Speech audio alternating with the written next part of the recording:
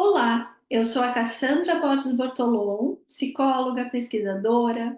Hoje estou aqui para conversarmos acerca de um tema muito valioso, a respeito de uma programação desenvolvida pela FEBRACT e pela BEAD, que se refere à reunião técnica de discussão sobre o monitoramento das comunidades terapêuticas. Tenho a incumbência de participar com a apresentação, indicadores de qualidade para o monitoramento, alicerces das entidades de apoio. Primeiramente, quero citar que não tenho nenhum conflito de interesse relacionado à minha apresentação. Além disso, mencionar que tenho os direitos autorais dessa apresentação feita por mim. Quero iniciar comentando como será a nossa atividade de agora. Teremos um momento de conceituar indicadores de qualidade e seus domínios, descrever a importância de indicadores de qualidade e respectivos parâmetros de mensuração, demonstrar possíveis aplicabilidades dos indicadores de qualidade e parâmetros na presente pesquisa, na pesquisa de dados de monitoramento das entidades de apoio e acolhimento atuantes em álcool e drogas, referente a 2023-2024, primeira edição.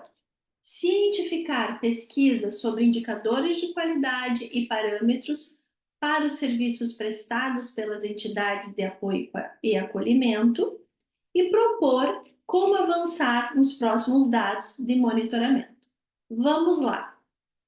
Bom, é importante que possamos entender a importância de indicadores de qualidade, seus respectivos domínios na área de apoio e acolhimento social. Assegurar o direito do acesso de pessoas com problemas por transtorno por uso de substâncias e seus respectivos familiares a entidades que prestem apoio e acolhimento com qualidade. Esse direito necessita da construção de normas, mecanismos de avaliação, indicadores de qualidade e parâmetros. A qualidade é avaliada em termos técnicos e da prática específica da assistência, como também por um conjunto de fatores que envolvem elementos individuais e coletivos no estabelecimento desse juízo de valor. Dessa forma, qualidade em saúde é um conceito fluido, abstrato e de complexa definição, mas que deve ser proposto em cada sociedade ou grupo social. Os indicadores podem ser definidos como medidas síntese, capazes de revelar ou mensurar de forma simples uma situação, cujo processo ou resultado não estão evidentes. Não são medidas absolutas de bom ou mau desempenho, mas indicam em que medida cumprimos determinado objetivo ou não.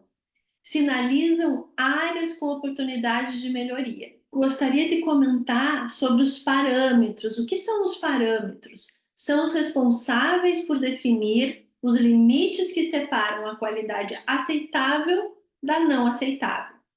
Parâmetros podem ser número, absoluto, percentual, taxa, proporção, razão. Tem sido amplamente aceito 3 domínios para avaliação da qualidade, proposto por Dona Bedian em 1988. Dona Bedian foi um médico que propôs um modelo de cuidado em saúde. Esse modelo em saúde ele pode ser relacionado com outros serviços, então ele pode ser usado para os serviços de acolhimento e apoio social. Quero comentar com vocês os 3 diferentes indicadores segundo o modelo de Dona Bedian. Primeiro indicador, estrutura. Se refere aos atributos dos ambientes em que o cuidado ocorre. Então, são os recursos materiais, como instalações, recursos humanos, como número e qualificação do pessoal, e de estrutura organizacional, como a organização da equipe e métodos de revisão por pares. O segundo domínio se chama processo. Esse domínio denota o que realmente é feito ao dar e receber cuidados. Inclui atividades que o acolhido recebe na busca e execução dos seus cuidados, bem como as atividades do profissional ao fazer uma intervenção e recomendar ou implementar o tratamento. O último indicador, o último domínio de indicador, resultado. Os efeitos dos cuidados do estado de saúde das pessoas e populações. Então, nesse indicador, a expectativa é mensurar melhorias no conhecimento da pessoa que recebe o cuidado e familiares, além de mudanças importantes no comportamento da pessoa, nesse caso dos acolhidos, estão incluídas em uma definição mais ampla de estado de saúde, assim como o grau de satisfação com o cuidado recebido. Então, esses três domínios eles são amplamente estudados e empregados em diferentes estruturas onde se quer verificar e avaliar a qualidade. É importante dizer que a avaliação da qualidade ela sinaliza o que pode ser melhorado, o que pode ser aprimorado. Agora eu gosto e quis trazer para vocês os níveis de avaliação da qualidade a partir dessa figura. Então, aqui podemos ver no primeiro elo que temos o cuidado destinado por profissionais e responsáveis pelos serviços. Aí temos o cuidado por profissional e responsável pelo serviço em nível técnico, que se refere ao conhecimento, como também as habilidades de julgamento que os profissionais, os técnicos têm para avaliar e tomar decisões que acontecem em determinado momento. Então, esse é um domínio muito importante da qualidade. Também tem no mesmo domínio as questões interpessoais dos profissionais, como eles fazem esse cuidado, como é a relação dessa equipe com quem recebe o cuidado, com quem recebe o acolhimento. Também, um outro elo, temos o nível das amenidades. As amenidades, elas se referem a algumas atividades que elas não são diretamente relacionadas ao cuidado ou algo nesse sentido, mas elas produzem uma sensação de bem-estar. Muitas vezes são atividades mais espontâneas e que deixam o ambiente mais ameno, mais agradável. Bom, vamos para o outro elo, que é o cuidado implementado pelo paciente. Então, aqui estamos falando do domínio processo. O que é oferecido, o que é ofertado, né, pela comunidade, no caso do contexto que nós estamos, para o acolhido. Então, aqui se refere a identificar as contribuições do serviço e as contribuições do acolhido e da família. Bom, o outro nível, que é o nível do resultado, nós vemos que ele está mais distante e, de alguma forma, ele se refere mais ao cuidado também recebido pela comunidade. O acesso ao cuidado do acolhido, como que é esse acesso? Também se verifica resultados como a performance do serviço e a performance do paciente e família a partir do momento que não faz mais parte desse acolhimento. Então, são dados que se procura entender como é o resultado de todo o acompanhamento, de todo o acolhimento. Bom, seguindo, aqui eu quero mostrar para vocês algo que possa ser exemplo para como a gente criar um indicador. Então, vou trazer um exemplo de ficha de qualificador de indicador. Então, nós temos que ter claro, de uma forma objetiva, o que avalia esse indicador. Também, a partir do indicador, a gente precisa ter um parâmetro proposto, é como se fosse a régua que a gente vai colocar para estabelecer o que a gente quer avaliar. Também temos que ter informações sobre como eu chego no parâmetro. Então, a gente chama da fórmula do cálculo. É importante nós termos isso muito claro, quais são os itens de verificação que levam a gente a encontrar o indicador. Também é interessante ter um local que a gente possa referir, anotar alguma observação, se considerarmos necessário. Quais perguntas a gente pode fazer para identificar o que a gente quer avaliar? Bom, então vamos avançar, e aqui a minha ideia foi trabalhar a partir dos indicadores de qualidade, uma experiência prévia que eu tenho como pesquisadora e profissional, de elaborar indicadores de qualidade e parâmetros para serviços, né, de acolhimento e de apoio.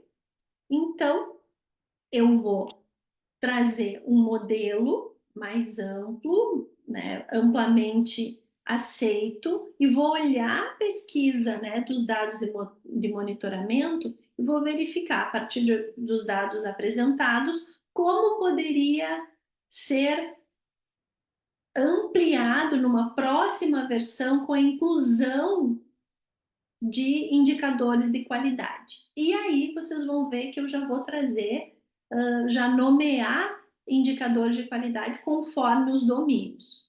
Então, aqui hipoteticamente, vendo esse exemplo ilustrativo de como se daria a incorporação de indicador de qualidade e parâmetros nesses dados atuais do estudo do NAVS. Bom, na estrutura física e profissional. Então, o item documentação de funcionamento, que foi um dado que foi verificado, que continha lá no plano de fiscalização da portaria 562, então o parâmetro proposto seria 100%.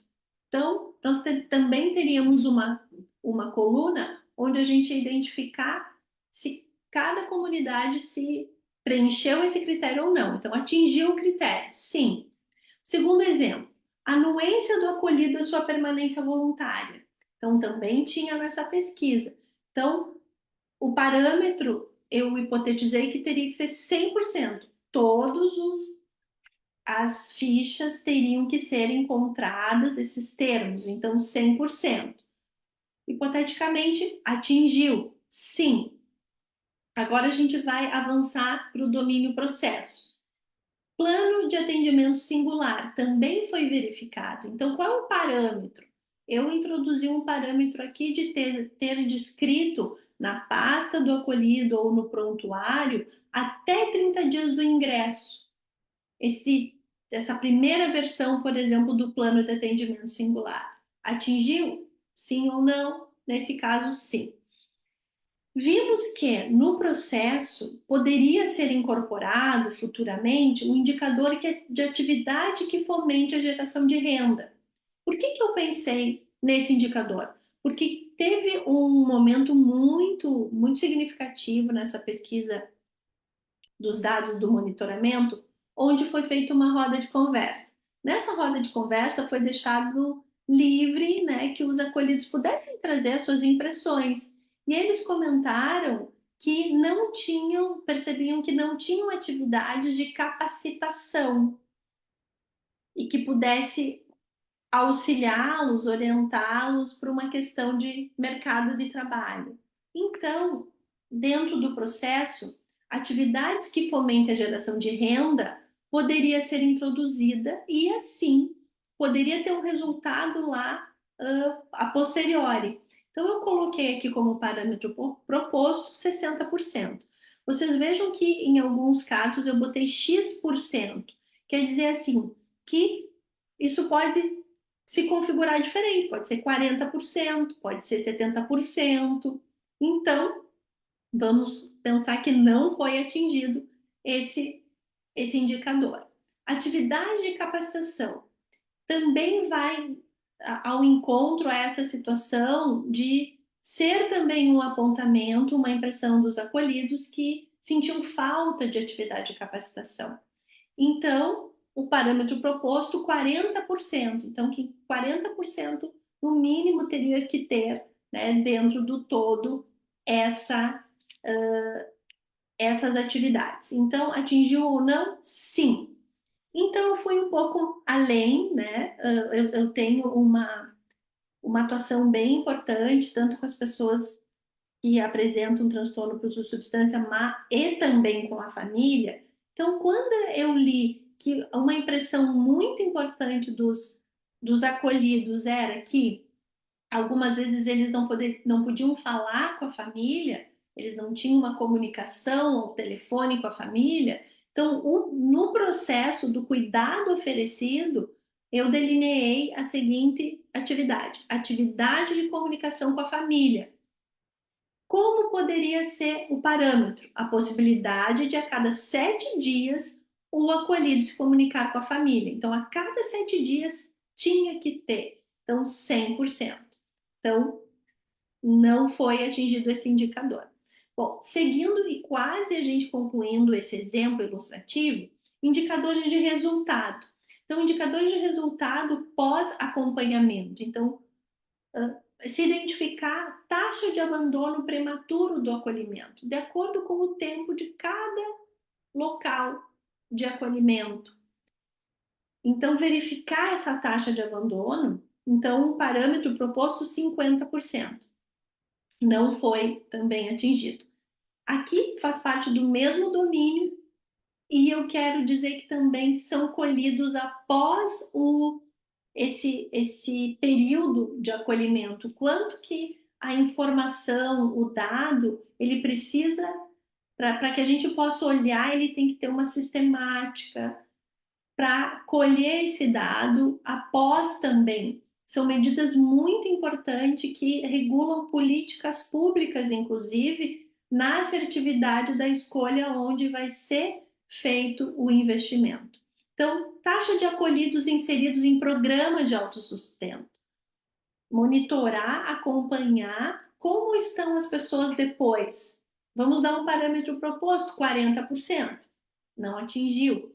Hipoteticamente, né? E a gente entende que não tem isso na portaria, né, 562, mas a questão é como a gente pode também avançar. Reinserção social no mercado de trabalho não tinha nessa pesquisa, vamos supor de 50%. Vocês vejam que a reinserção social no mercado de trabalho, ele se relaciona com o atributo do indicador de processo, que seriam atividades de capacitação. Bom, e também melhoria no nível educacional do acolhido, que também foi uma impressão, um apontamento dos acolhidos, identificando que isso poderia também ser uma melhoria, supondo que se tivesse, né, um parâmetro proposto de 50% e esse critério de atingiu ou não atingiu, para que a gente pudesse ver uma estatística também. Bom, espero que eu tenha podido contribuir, né, com esse raciocínio como uma comparação, uma metáfora do que pode ser trabalhado se usássemos esse indicador que eu estou aqui conversando com vocês, esses atributos. Bom, agora eu gostaria de também cientificar e trazer uma sugestão da interlocução sobre a pesquisa do monitoramento a partir da fiscalização do governo, como também com outro projeto que se chama Definição e Padronização dos Parâmetros de Qualidade dos Serviços de Acolhimento Prestados pelas Comunidades Terapêuticas contratados pela Senapred com proposta de estratégias de avaliação e monitoramento. Sabemos que mudou a secretaria, mudou o departamento, mas eu trago isso com esse nome porque esse edital ele foi publicado em novembro de 2020, onde, né, as comunidades estavam, né, sob a coordenação dos financiamentos sobre a Secretaria, né, Nacional, a Senapred. Bom, lá em abril de 2021 teve a publicação do resultado da seleção da instituição subexecutora e eu fiz parte desse time onde, né, fomos selecionados, né, a partir de edital de seleção a compormos o triângulo da subexecução. Então, o projeto, né, que foi então do Ministério da Cidadania, do Programa Nacional de Desenvolvimento das Nações Unidas e também a instituição subexecutora ANTEPA, a qual eu estava como coordenadora e pesquisadora e profissional dessa excelente pesquisa. Bom, em janeiro de 2022, então a gente vê que teve um tempo importante que se passou entre o lançamento do edital até o início do trabalho em si. A assinatura da minuta e início do projeto foi em janeiro de 2022. Trabalhamos um ano e foi início de março que a gente entregou, então, 14 meses, 14 meses e meio, finalizamos e entregamos esse projeto para o departamento, para o ministério e para o PNUD. Então, com muita, né, alegria, assim, e empenho de que tínhamos finalizados todas as atividades que compunham esse projeto. Em julho de 2023, nós fizemos um comunicado, né, no Diário Oficial da ciência do projeto pelos órgãos envolvidos. Bom, avançando. Então, quais são as considerações de aprimoramento que, a partir desse convite que eu agradeço, né, da FEBRACT e da BEAD, a minha consideração é que qualificam as considerações de aprimoramento, elas têm o objetivo de, elas qualificam ainda mais os aspectos de estrutura física e profissional e do que é ofertado como cuidado aos acolhidos e familiares. Então, seria o domínio, né, de processo, o primeiro de estrutura física. Os resultados que permeiam como se acessam importantes desfechos ou resultados, como satisfação dos acolhidos, taxa de permanência nas entidades de apoio e acolhimento, o quanto que os referenciamentos seguem acontecendo na rede do sistema público, entre outros, repercutem em ações objetivas de saúde pública que podem nortear investimentos governamentais, que justificam e dão embasamento técnico baseado também em dados em estatística. Seguindo em frente, a partir desse relatório atual do Naves, um monitoramento importante com uma amostra interessante, que a partir da portaria 562, que estabelece os critérios, regulamentos e roteiro quanto aos procedimentos para a fiscalização no loco das entidades, avançar para a inclusão da utilização da proposta dos indicadores de qualidade e seus respectivos parâmetros de mensuração. Isso daria um aporte importante na qualidade e numa proposta que se avaliasse indicadores de qualidade nos 3 domínios.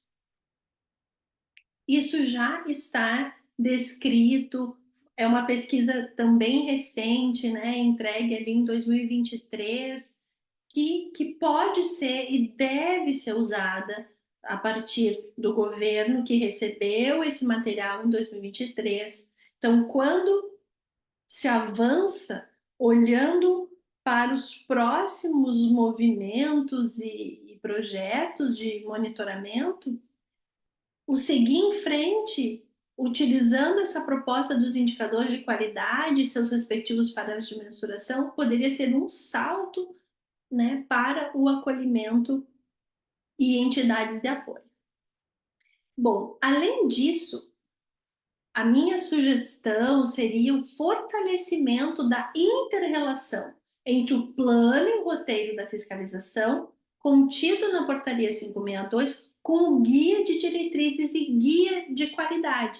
Então, nesse projeto de definição e padronização dos parâmetros de qualidade, com proposta de estratégias de avaliação e monitoramento, também foi de uma forma concentrada, com, com parâmetros e utilizando dados do que nós tínhamos a respeito sobre guias de diretrizes e qualidade de outros países, a partir também de visitas em locos que foram feitas em comunidades terapêuticas, foi possível gerar guia de diretrizes e de qualidade respaldado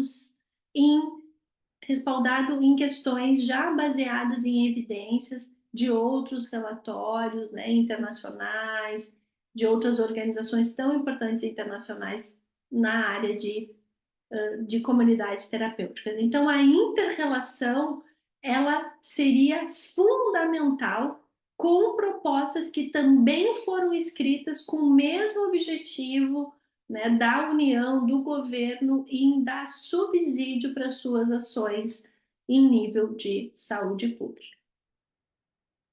Bom, concluindo, a interlocução desse conjunto de dados é extremamente relevante para acolhidos, para familiares, para dirigentes e profissionais de comunidades terapêuticas, possibilitando conhecimento baseado em evidências para as formulações de saúde pública, com o objetivo de aprimoramento das condições de prestação de serviços das entidades de apoio e acolhimento brasileiras. Que estão as referências que eu utilizei para fazer essa apresentação, esse estudo, para que a gente pudesse ter esse momento.